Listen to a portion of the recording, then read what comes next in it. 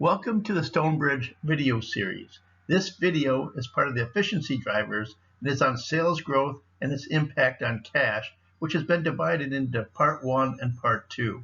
Part 1 focuses on the income statement changes from sales growth, and Part 2 on the balance sheet changes from sales growth. My name is Dan O'Connell. In the prior video, in Sales Growth and its Impact on Cash, Part 1, we reviewed a company where sales grew from $8 million to $9 million, which is an incremental revenue growth of $1 million or 13%. We reviewed the two ways cash is generated and consumed in a business and started with sales, the largest cash driver of them all. The primary cash drivers are in blue and are sales, cost of goods sold, and operating expenses. The secondary cash drivers are on the balance sheet and are also in blue: receivables, inventory, payables, and capital expenditures. Since receivables need to finance sales, we would expect receivables to increase. The same is true with inventory and payables. Over time, we also expect capital expenditures to keep up with sales increases. But this is only part of the impact of how cash is generated or consumed in a business. How a company manages its ratios also impacts the cash flow. Like the expenses on the income statement, these balance sheet accounts increase and decrease by the change in sales and by how well these accounts are managed. We can measure receivables, inventory, and payables by the turnover change.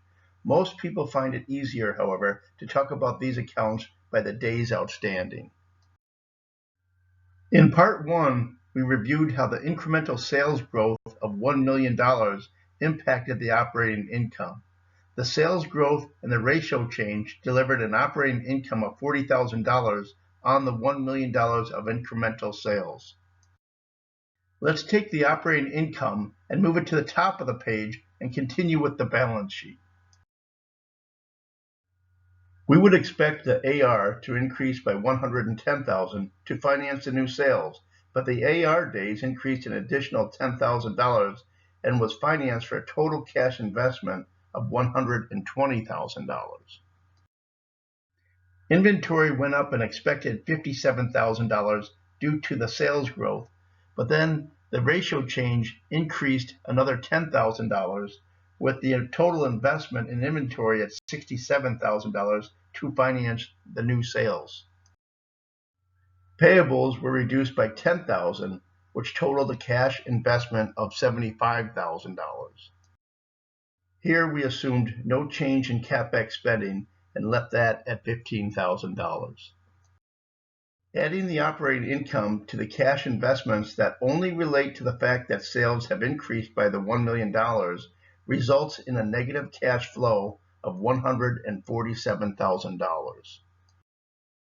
Adding the ratio change total of $90,000 of additional cash consumed means the company invested $237,000 in cash, or 24%, to grow sales $1 million. Sales are sexy, but they do come at a cost. It is important to understand how the company is managing the expenses and financing the new sales. Normally, it is best to get expenses under control before adding new sales. Then the focus should be on managing the cash part of the business. This video concentrated on the largest cash driver, which is sales. The next few videos in the Efficiency Driver series will go deeper into the other cash drivers and focus on trend analysis.